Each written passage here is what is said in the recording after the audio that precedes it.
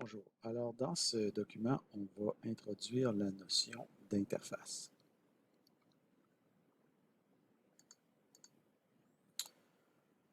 Donc, ça, c'est une diapo que j'ai prise sur Internet. Je l'ai trouvée intéressante parce qu'il parlait des 7 types d'interfaces. Donc, les interfaces entre l'humain et les logiciels, donc interface humain-machine, les interfaces de logiciel à logiciel, API, les interfaces entre les données, les formats, logiciel matériel, spécifications techniques matériel vers matériel, bon, etc., etc., etc. Donc, dans ce document, ce qu'on va faire, c'est qu'on va parler du 8e type d'interface. Donc, ouais, on dirait qu'il va falloir que je tasse ma caméra. Je ne sais pas si je peux pas la réduire. Non, pas vraiment. Alors, je la tasse un peu comme ça. Donc,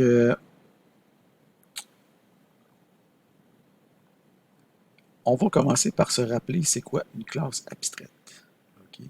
Donc, une classe abstraite ou un record abstrait, ça va définir quoi? Ça va définir une classe qui n'est pas instantiable, dans laquelle certaines méthodes ou propriétés peuvent ne pas avoir de définition. Par exemple, une méthode abstraite ou une propriété abstraite. Donc, cette définition-là, pardon, va devoir être fournie dans la classe descendante. Et ça permet de regrouper des caractères communs dans des sous-classes ou de catégoriser. Okay? En fait, ça sert de supertype pour les classes qui vont hériter de la classe abstraite. Un exemple classique, parmi les classiques, c'est la classe animale, par exemple, abstraite, et des classes concrètes dérivées comme un chat et un chien. Est-ce que ça existe un animal dans la nature? Pas vraiment. Il n'y a pas quelque chose qui est un animal. À chaque fois que vous voyez un animal, c'est soit un chat, soit un chien, un éléphant, ou ce que vous voulez, mais c'est jamais un animal pur. Okay? Donc un animal, c'est une abstraction. Donc on ne peut pas instancier un animal. On peut juste instancier des chats, des chiens, etc., etc. Okay?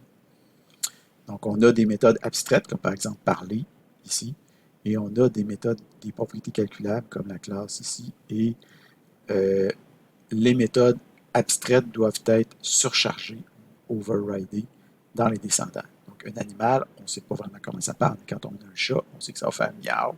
Quand on a un chien, on sait que ça va faire waf. Okay? Donc, comment on va coder ça? Donc là, on se replace encore une fois dans un contexte proc 2. Donc, on va avoir, par exemple, un animal. On crée un nouveau chien. Après ça, le chien, bien sûr, on aurait pu stocker comme étant un chien, mais là, on le stocke comme étant un animal parce que le type abstrait constitue un supertype. Okay? Donc, ici, l'animal, tout ce qui est animal peut stocker soit un chien, soit un chat, etc. On peut demander à l'animal de parler, et quand il va parler, ben oui, ça va faire, ici comme on le voit, ça va faire WAF. Okay? Donc, abstract class animal, propriété calculable, est définie. Méthode abstraite, abstract, parler, donc on n'a pas besoin de définir parler. On va le définir dans le descendant, donc classe chien qui descend d'animal.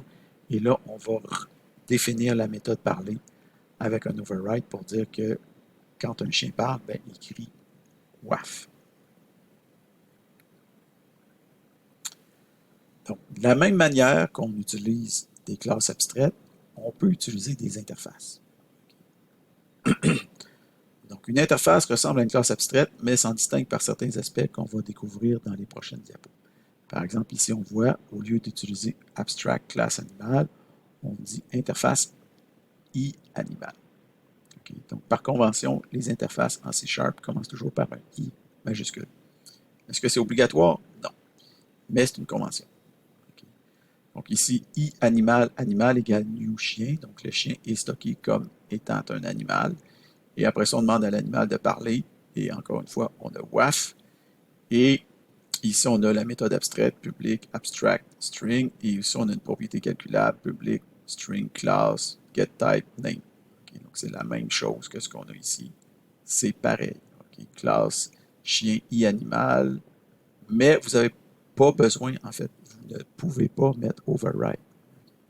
Parce que ici, on ne surcharge pas quelque chose qui provient d'un ensemble. Les interfaces se comportent différemment, donc on n'a pas besoin de mettre override. Donc, sinon, c'est à peu près pareil. Donc, rendu là, vous pouvez peut-être vous dire, ouais, mais pourquoi j'utiliserais des interfaces plutôt que des classes abstraites? On va y venir. Donc, pour ce qui est de la notation UML qu'on présente des fois dans nos documents, donc si on a un animal, bien, classe abstraite, on va mettre le A. Si c'est une interface, on va mettre un I. Okay. Donc ici, comme il y a des overrides, mais ici, il n'y a pas d'override, fait qu'on ne le signale pas non plus. Il faut savoir que les interfaces, par défaut, tout ce qui est déclaré dans une interface est public et abstrait, contrairement aux classes. Donc, ici, dans l'exemple qu'on donnait, on disait public string et public abstract parler. Ici, public string, public abstract. Mais en réalité, on n'a pas besoin de mettre public. On peut juste mettre string class, et ici, on peut mettre string parler, puis pas définir. À ce moment-là, elle va être abstraite par défaut. Et tout est public par défaut. Donc, ça simplifie quand même notablement la déclaration des interfaces. Maintenant,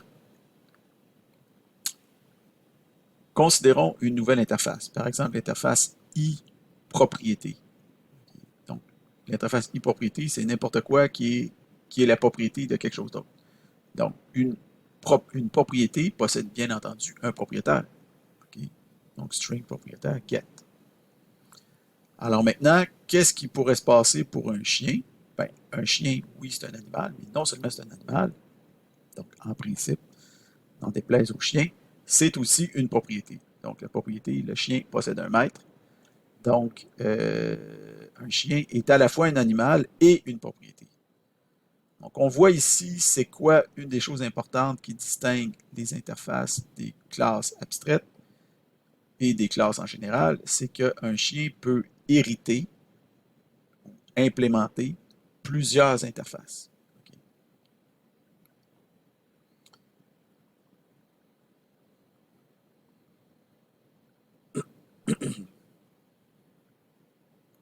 Donc, supposons maintenant qu'on instancie un nouveau chien, comme on a ici. Donc, on a notre chien qui est un animal et une propriété. Et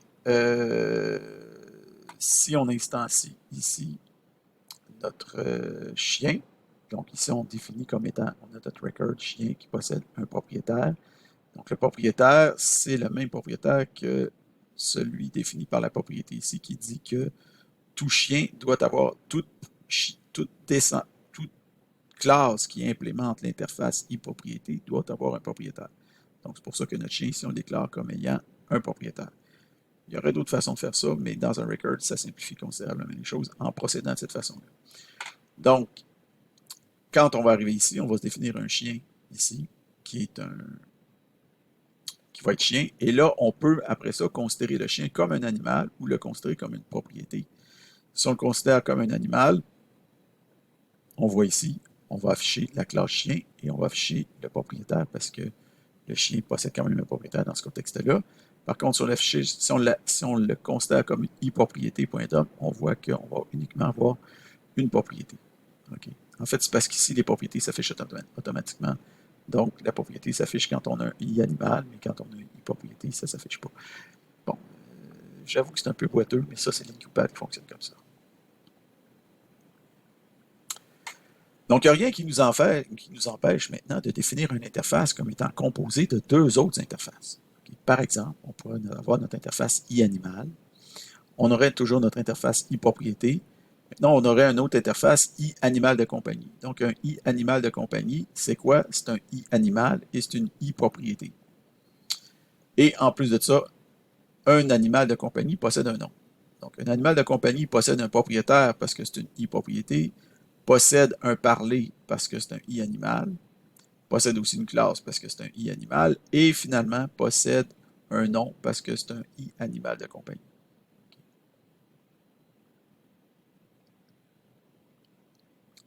Donc, une interface peut être générique.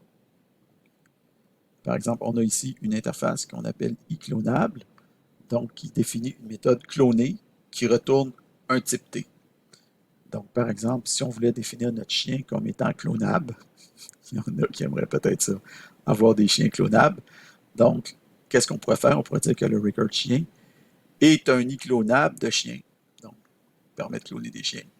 Et dans ce moment-là, ici, on a une méthode clonée. Il faut définir la méthode clonée dans le chien. Donc, ici, public chien cloné. Return new chien, non. Donc, on retourne un nouveau chien avec le même nom, par exemple. Donc, ici, on définit un chien Fido.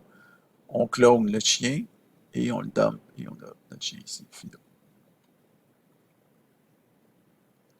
Donc, en résumé, si on veut mettre en, disons, côte à côte les classes abstraites et les interfaces, donc est-ce que les classes abstraites et les interfaces sont instanciables? Non, on ne peut pas faire new dessus. Est-ce que, évidemment, les classes qui vont hériter d'une classe abstraite ou d'une interface, elles vont être instanciables? Est-ce que ce sont des supertypes? Oui, ce sont des supertypes. Est-ce que la généricité est possible? Oui, dans les deux cas. Les méthodes abstraites sont possibles dans une classe abstraite, c'est par défaut dans une interface. Les méthodes concrètes, est-ce que c'est possible dans les classes abstraites? Oui. Et c'est aussi possible dans les interfaces, mais seulement depuis C# version 8. Les champs, est-ce que c'est possible dans les classes abstraites? Oui. Dans les interfaces, non. Alors, il faut bien distinguer les propriétés, parce que elles, les propriétés, on peut les ajouter dans les interfaces comme dans les classes abstraites. Donc, dans les classes abstraites sont possiblement automatiques, dans les interfaces ne sont jamais automatiques. Donc, c'est toujours des propriétés, disons, abstraites. L'héritage, les classes abstraites permettent l'héritage simple, les interfaces permettent l'héritage multiple. Est-ce que les structs peuvent hériter d'une classe abstraite? Non. Est-ce que ça peut implémenter des interfaces? Oui.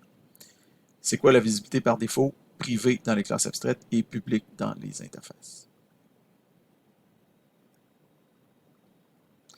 Donc, le langage C# définit plusieurs interfaces standards. Donc, certaines d'entre elles sont très utiles à connaître, entre autres e-equatable. En français, on pourrait dire e-égalisable, e-equatable, e-comparable et e-énumérable. Donc là, je les prononce comme en français, plutôt que de dire comme en anglais. Bon, ici, equatable, comme ça n'existe pas en français, ben, je dis e-equatable, e-comparable et e-énumérable. Donc, on va aborder les deux premières ici dans la suite du document, puis e-énumérable, on va le faire dans un prochain document. Donc, par défaut, un objet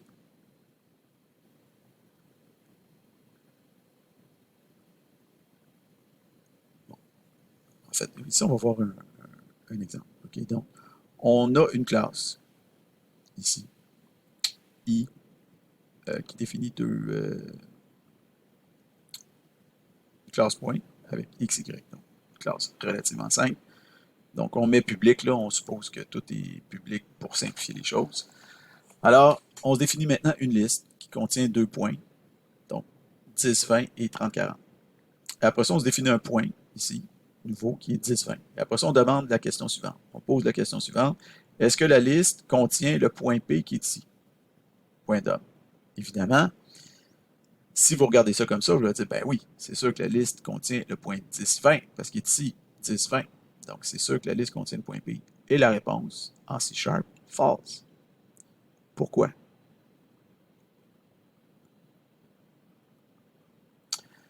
Alors, le problème, c'est que l'égalité n'a pas été définie dans notre classe. Okay? Donc, l'égalité n'a pas été définie dans notre classe. Donc, pour faire en sorte que l'égalité est définie dans la classe, c'est-à-dire que par défaut, l'égalité est une égalité de référence.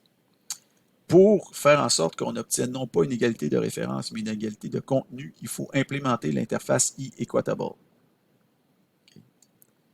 Donc là, je vais me tasser ici. J'aurais pu le baisser aussi. Donc, il faut implémenter l'interface e-equatable. Qu'est-ce qu'on peut faire pour faire ça? Ben, classe.2.equatable. Donc, on implémente l'interface equatable et cette interface-là nous demande de définir une méthode qui s'appelle equals. Okay. Donc, public booléen equals point other. Ça, c'est un grand classique. Donc, quand est-ce qu'un point va être égal à un autre point? Other. Ça va être égal si la coordonnée x de l'autre point est égale à notre coordonnée x qui est ici, et que la coordonnée y de l'autre point est égale à notre coordonnée y qui est ici. Okay. Donc, C'est basic, c'est normal. Donc, si vous faites ça, puis vous faites liste, point, liste de points, la même affaire que la dernière fois, vous instanciez un nouveau point 10-20 et que vous demandez est-ce que ma liste contient le point P, là, vous allez avoir la réponse true, parce qu'on a une égalité de contenu et non pas une égalité de référence, grâce au fait qu'on a implémenté l'interface equatable. Maintenant, si vous procédez avec un record au lieu de procéder avec une classe, si vous procédez avec un record, vous faites new, vous faites une liste de points ici, new 10, 20, blablabla, et que vous créez un point, puis après ça, vous faites contains, pouf, vous allez avoir true. Vous allez avoir true pourquoi? Vous allez avoir true parce que le record, contrairement à la classe, implémente automatiquement equatable pour vous. Okay, donc, je vous l'avais expliqué en Proc 2. Je veux dire, le record, c'est le char avec toutes les options dedans. Okay. Donc, le record implémente automatiquement le equatable. D'ailleurs, vous voyez ici. Est-ce que P, le point ici, est un equatable de point? Equatable de point. Est-ce que le P est un equatable de point? True. Vrai. Donc, P implémente l'interface equatable, ici le record, implémente l'interface equatable automatiquement. Vous n'avez pas besoin de rien faire pour ça, ça le fait automatiquement. Ensuite de ça, comparaison. Encore une fois, je vais me tasser, j'ai tout le temps besoin de me tasser. Il faudrait que je libère un emplacement spécifique dans ma fenêtre pour que je puisse tout le temps me déplacer dans ce coin-là. Donc, supposons maintenant que vous avez une collection. Donc, vous avez une collection, une liste de joueurs, nouveaux joueurs. Donc, ici, le joueur, c'est un record. Donc, on simplifie énormément. Le joueur possède un numéro et un nom, par exemple. Et ici, on voit que nos joueurs, ben, on a le joueur numéro 3 qui est Yoda, numéro 1 c'est Luke, 4 c'est Solo et 2 c'est Leia. Donc, normalement, qu'est-ce qu'on pourrait faire? On pourrait mettre, là, on veut trier la liste de joueurs pour la mettre en ordre. Donc, on pourrait faire joueur.sort. Après ça, joueur.dump. Alors, qu'est-ce qui va se passer dans ce cas-là? On va avoir une exception. On va avoir invalid operation exception, fail to compare two elements in the array. Donc, le problème, c'est qu'on ne peut pas comparer. C# ne sait pas comment comparer un joueur avec un autre joueur. Okay. Et même dans le cas des records, ça ne marche pas non plus. Okay. Dans le cas des classes, ça ne marche pas, puis dans le cas des records, ça ne marche pas. Pour que ça fonctionne, pour qu'on puisse comparer, c'est-à-dire ordonner, quand je dis comparer, c'est ordonner, pour qu'on puisse comparer deux classes ou deux records, un avec l'autre, ou les mettre en ordre, c'est lui vient avant lui, ou lui vient avant lui, il faut définir l'interface i-comparable. Donc, tantôt, on avait l'interface i-equatable pour déterminer si deux éléments sont égaux. Là, maintenant, on a l'interface i-comparable pour déterminer si deux éléments, on peut dire qu'un vient avant l'autre ou que l'autre vient avant l'un. Okay. Donc, l'interface i-comparable, on l'a ici. On veut l'implémenter. Donc, la méthode qu'il faut implémenter pour implémenter une interface i-comparable de joueur, c'est qu'il faut implémenter une méthode compare_to. Donc, public in compare_to joueur other, toujours le other. Après ça, on fait comment on va comparer nos deux joueurs? Bien, évidemment, on va les comparer en comparant les numéros. Okay? Donc, ici, on a c'est-à-dire on a le numéro et le nom. On pourrait comparer les noms aussi, mais là, on décide de comparer les numéros. Donc, la façon de comparer, c'est qu'on va comparer les deux numéros l'un avec l'autre. Donc, numéro.compare_to other.numéro. C'est comme ça qu'on compare deux joueurs. Donc, on va dire que ce joueur-là vient avant lui si son numéro vient avant l'autre.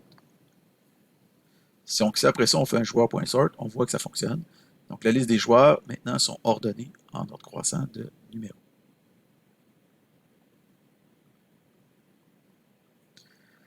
En fait, la méthode compare_to, il faut bien comprendre comment elle fonctionne. Donc, c'est une méthode qui doit retourner un entier. Donc, on voit ici compare_to, ça retourne un entier. Et l'entier doit être tel que plus grand que 0 si A est plus grand que B. Quand vous faites A.compare_to_B, si vous voulez que A soit considéré plus grand que B, il faut retourner un entier plus grand que 0.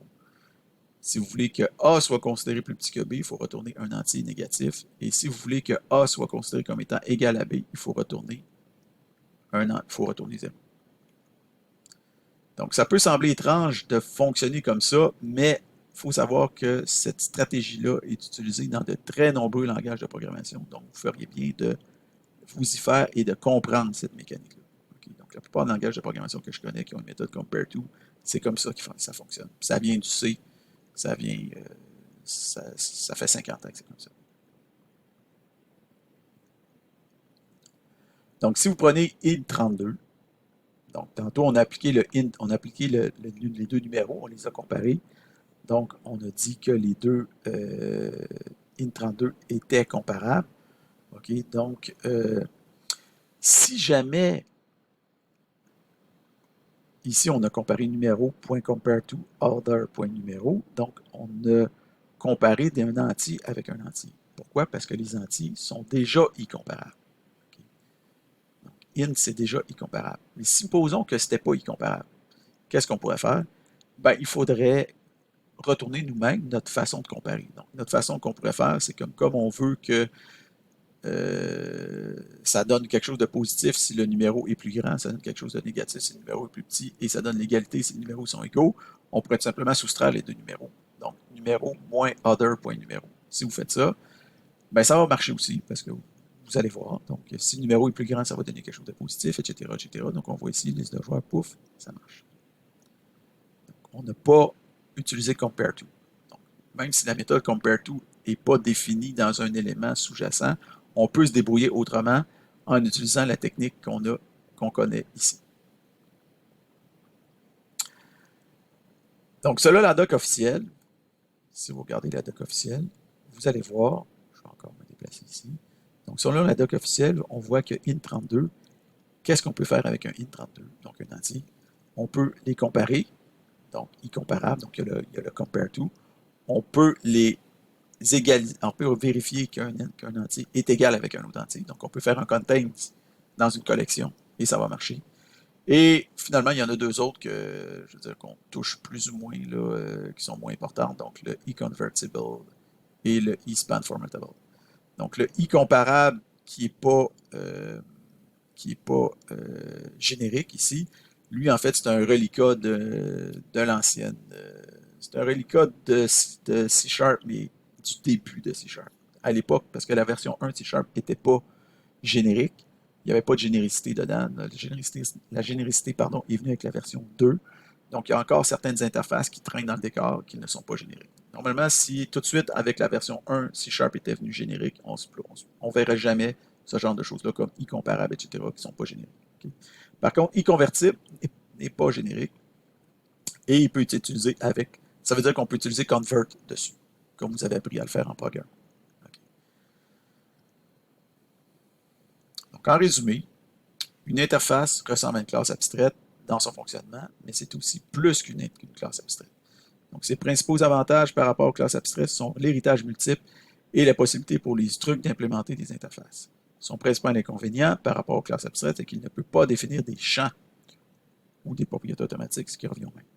Donc, contrairement aux classes, les membres d'une interface sont par défaut abstraits et publics. Donc, l'utilisation des mots-clés correspondants est redondante et inutile. L'interface générique standard equatable définit une seule méthode, equals, et rend possible les recherches par contenu dans une collection. L'interface générique standard e-comparable définit une seule méthode, compare-to, et rend les données ordonnables ou triables dans une collection.